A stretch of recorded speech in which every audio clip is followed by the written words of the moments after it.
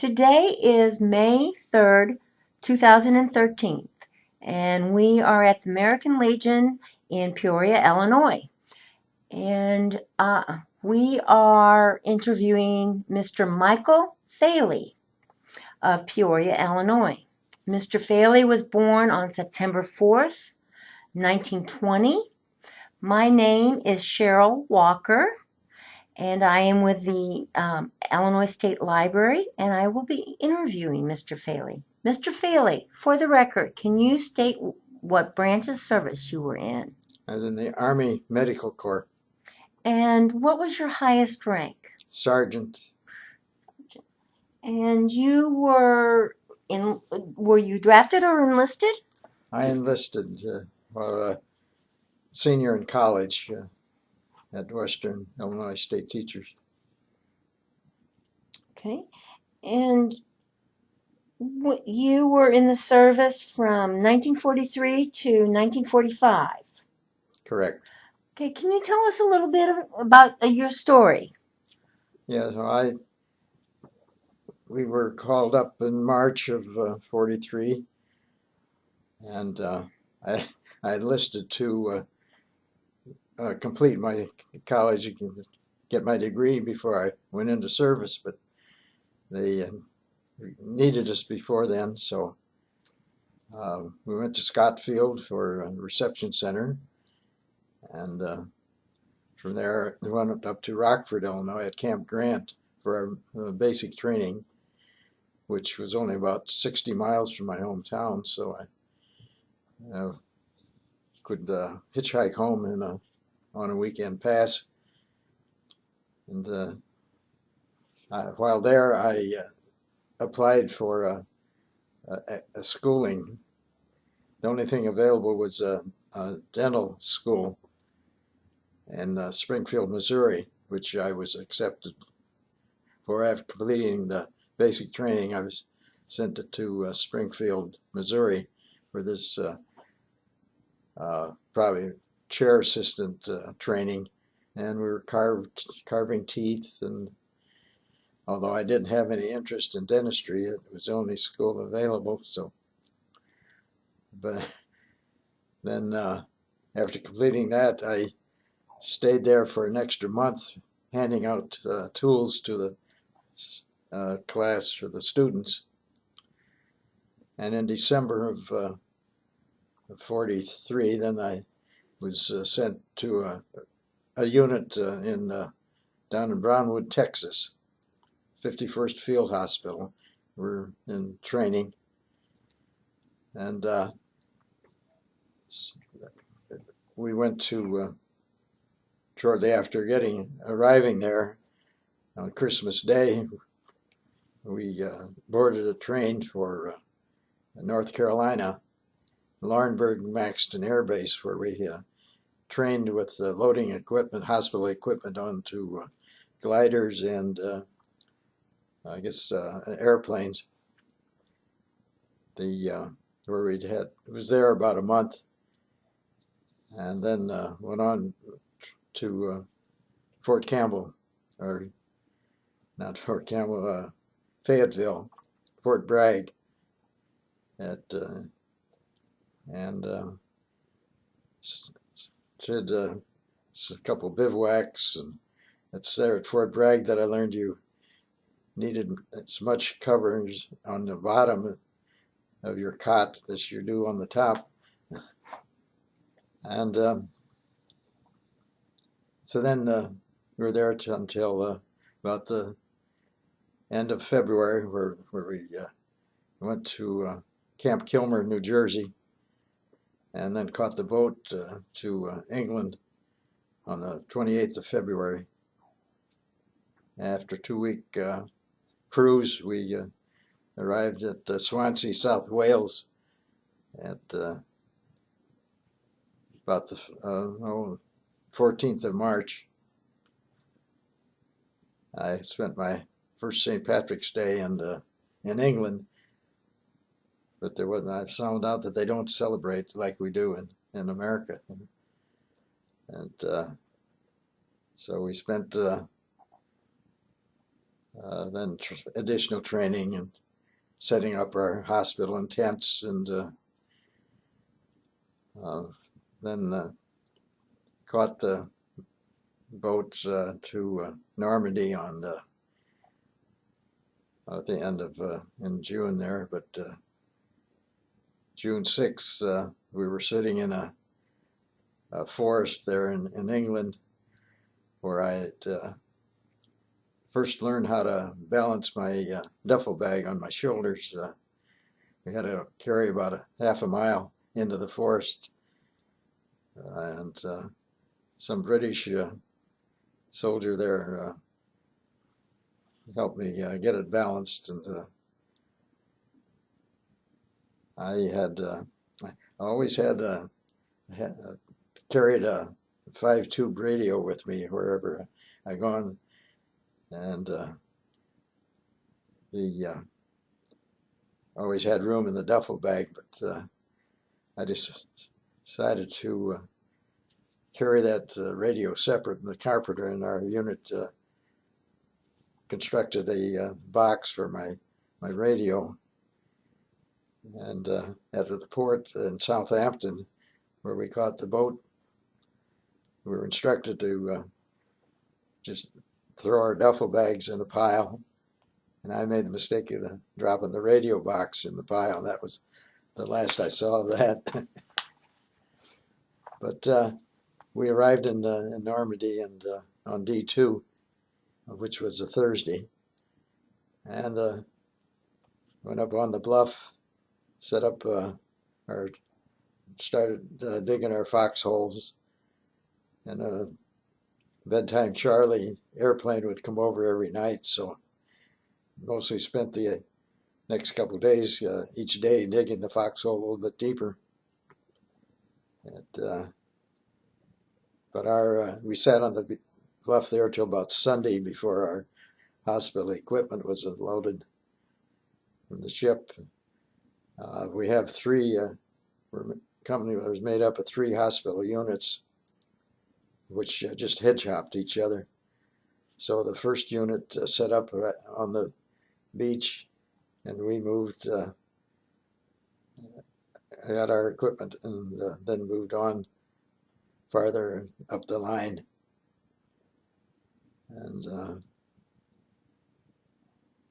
then one experience I remember seeing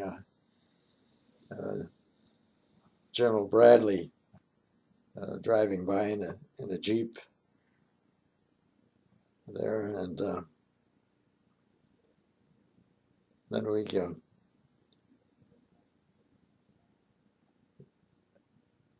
had I kept going there, went through France, and one spot that we stopped at was at about 7 miles out of St. Lo. We witnessed the bombing of St. Lo, and where the town was completely wiped out. About I guess there was an estimate about 3,000 airplanes came over and dropped the pieces of aluminum to bother the radar. They only used that practice first couple months of the war.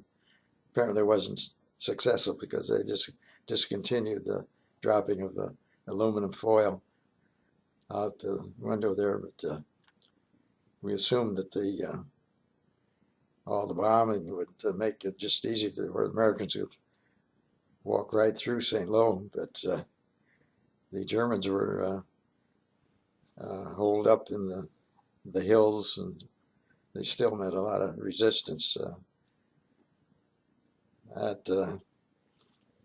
We used to have a special service that would furnish us movies, and I remember one movie that we had was the Song of Bernadette, and we watched that in our tent there. But About the same time, there was a replacement camp nearby. And a plane, flew over there, and some GI tried to shoot his rifle at him, and that gave away their position and the plane came back and bombed the replacement depot, and we received a lot of patients as a result of the bombing. And, one time heard a German plane came down the road strafing, and but luckily he pulled up when he saw our Red Cross on the tents. I had jumped underneath a 6x6 protection, and that was in the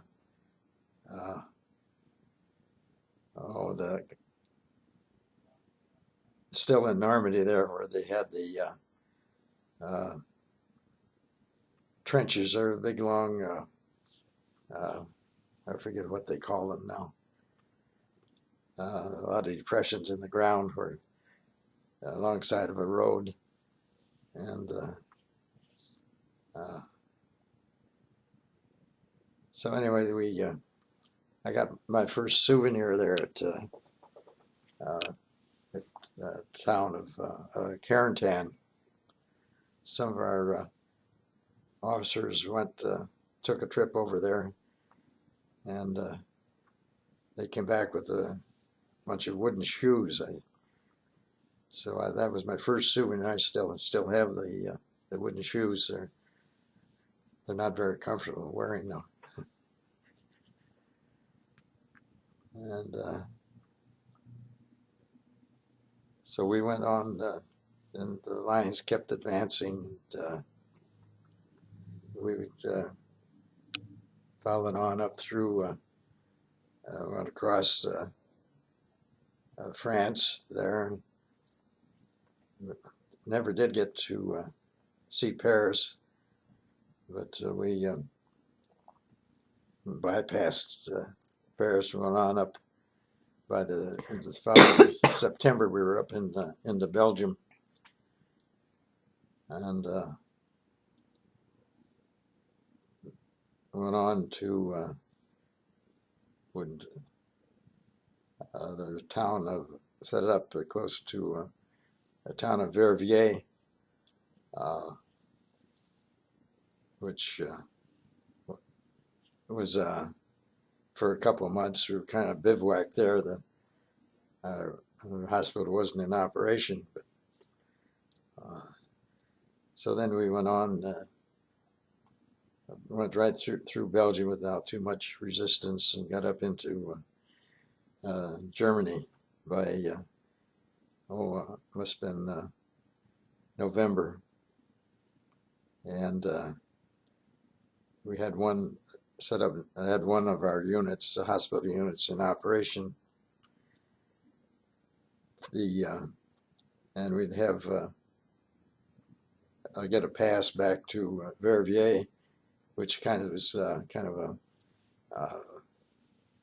a recreation where the troops would come back for a day or so and make visits, have to go to movies and whatever. We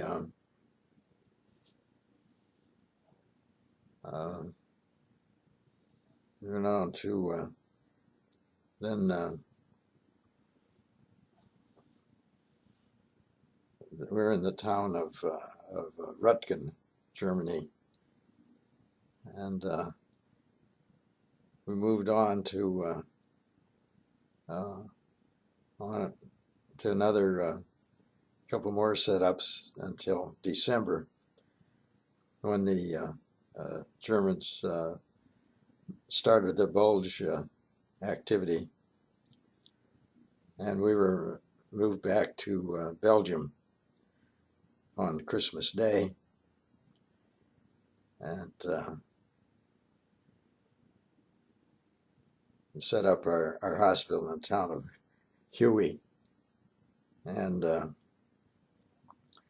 the Germans kept advancing until because the Air Force was grounded. They couldn't fly because it was a typical Christmas season where it was all foggy, and the so it was about the 2nd or 3rd of January that the skies cleared off, and the Air Force we welcomed the contrails of all the airplanes flying and bombing the enemy. And then we just kept, after the bulge was over, we moved down to farther down into Belgium. The experimented once with the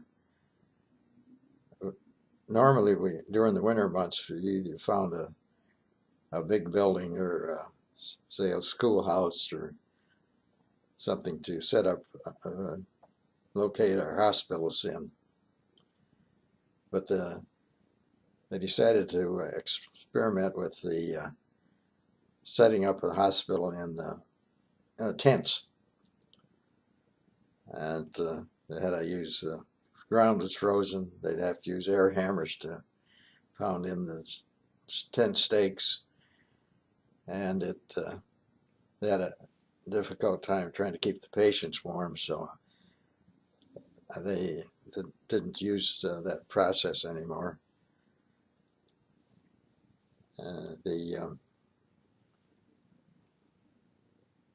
So it just went on through Germany, and got as far as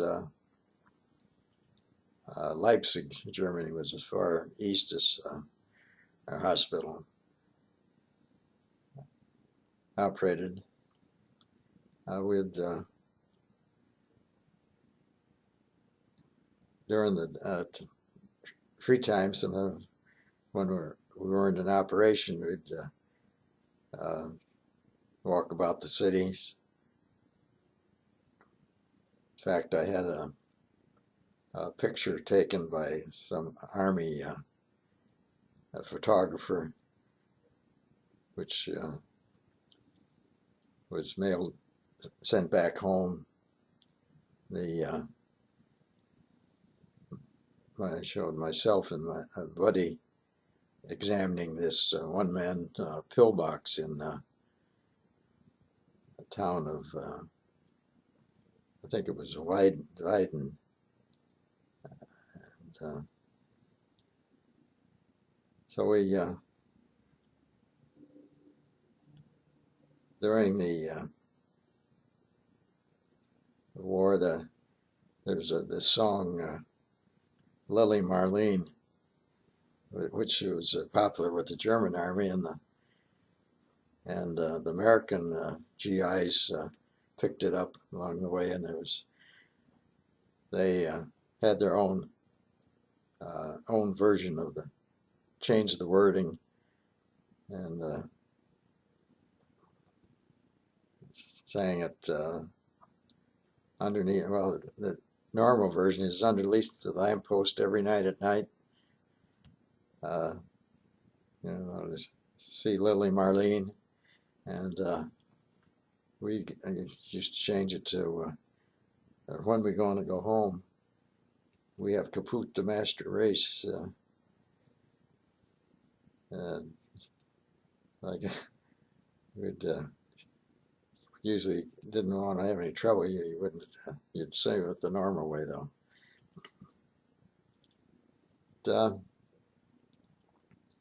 The war ended there on May 8th, and we still operated our hospital. There's still people getting sick, and we were set up in one town of Heiligenstadt. I think when the Russian army came in to occupy the town. We had patients that had just had a appendicitis operation, wasn't able to move, so the main group of the hospital personnel had gone back, moved to another location, but myself and a couple other people were stayed over to take care of the patients. And when the Russian army or occupiers came marching into town, I was up in a out of a second story building there, trying to take pictures of the Russians, and some Russian officer looked up and yelled at me some about Nick's photos, and so I complied.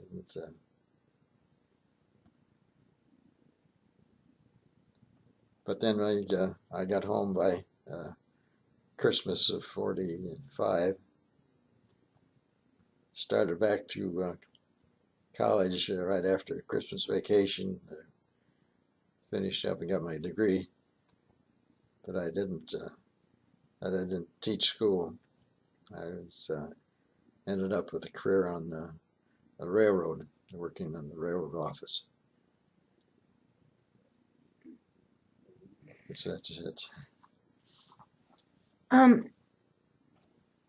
When you say that you were in the medical corps and you worked in a hospital field unit, you kept setting up all these hospitals as you marched on. What was your duty in these hospitals? No, I was a clerk typist. I I've acquired the nickname of Radar from the Radar, the TV show MASH. I used to just type the medical records before the patient was moved back. Used to have a medical dictionary handy to when the surgeons were writing longhand of their procedures that they had done on the patient, usually sitting maybe on a chair, writing on their knee. Some of the words were kind of difficult to a layman like myself. We actually had the authority to go wake up the surgeons when they were off duty and to find out what the word was. So you got pretty familiar with those terms. Oh, yeah, right. Were medical supplies, did you have access to good medical supplies during that time? Yes. I think it was during World War II that penicillin became come into use. I know when our first patients arrived, I don't think penicillin was an operation or was being used, but as the war progressed, then later penicillin came in. I remember typing the amount of penicillin the patient was receiving, 30,000 units every 6 hours, and they were all administered by syringe rather than pills.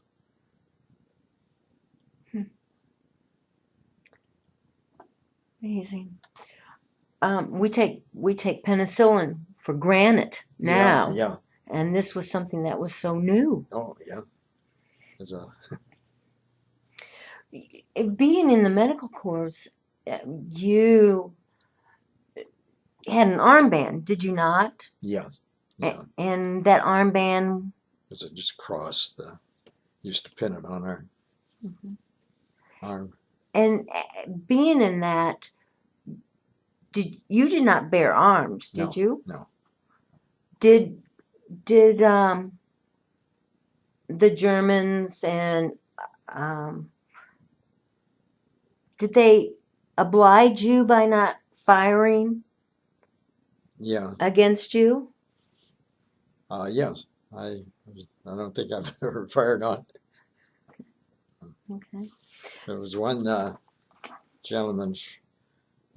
We had a auxiliary medical team attached to our unit that were surgeons, and one of the enlisted men from, I understand, I think he was from Quincy, Illinois. Uh, he didn't, wasn't getting enough action, so he took off down the road one day and grabbed a gun and wanted to get into battle. And I understand that then I heard later that they found his body a few days later. So you were involved in the Battle of the Bulge. Yes, we were up in Germany when the Bulge came, and then they moved us back to Belgium. Now, did you treat just American soldiers, or did you treat other soldiers? Everything that of course they usually went to their own German hospital. We didn't have very few Germans, but occasionally did have some. And our hospital was designed to treat the patient that needed immediate surgery, that couldn't stand the ambulance ride back to the regular evac hospital or the general hospitals.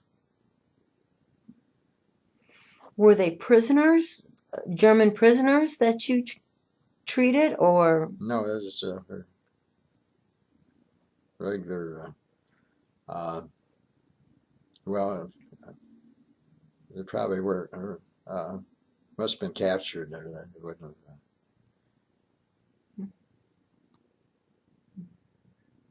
After the war ended, how long did you have to stay in operation? Uh, yeah, I think it was probably up till Thanksgiving time. There's that. Yeah, Thanksgiving reminds me of another incident, or the buzz bombs. When we were up in Belgium, uh, that was about the time that the buzz bombs were uh, going over at a pretty steady pace, and we'd walk down the. I was walking down to a town in Germany. There it must have been Rutgen when we were there, and you see the buzz bombs going over with their flashing light. But the 8th Army Division had their headquarters also in that town. I was walking past a mess hall, and a friend from my hometown came out and yelled at me. Came out and saw me walking down the road, recognized me, and so I came in. I enjoyed a meal with him that night. Of course, my hometown was only 600 population, so that's quite a. That was quite a coincidence, Yeah, wasn't it? yeah, Now, you said that your first souvenir was wooden shoes. yeah. Now, did you carry those around with you that whole time? No, I mailed them home. You did? Yeah, Oh, okay. and a cuckoo clock was another prize possession I mailed home. I I used the mail quite frequently, send stuff home. Really?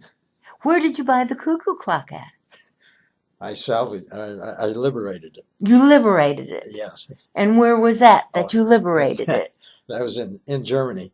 There was we were set up in a schoolhouse, and there's an apartment house next door, all empty. All the civilians had gone somewhere else, and then I'm going to change my story. Uh, I'm not guilty of liberating the clock. Someone else did, and we were moving back or moving somewhere up, and by the time they had just everyone threw this cuckoo clock was thrown out in the middle of the floor. So I picked it up and mailed it home. Do you still have it? Yeah, up Do in you? the attic. It's not working. It's not working. It was probably made in the Black Forest. Oh, yeah. Probably need to get that out. Yeah. Probably worth some money. Get on the antique show. Huh? That's right. That's right. That cuckoo clock needed liberation. Yeah. Do you remember your trip home? Yes, it was.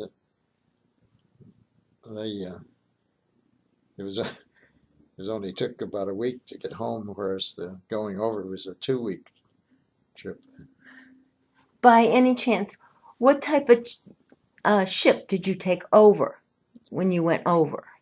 It was had about I think 2,500 capacity, and I think the name was the Cristobal. I think it sailed probably between U.S. and maybe South America. Been converted to transport steamer probably. So it wasn't a Liberty ship. It was a steamer. Yeah. And what type of ship did you come home on? It was a bigger ship. I can't think of the name of it. But we were all pretty happy about it. Coming in to see the Statue of Liberty, the New York Harbor, had a fresh quart of milk to drink.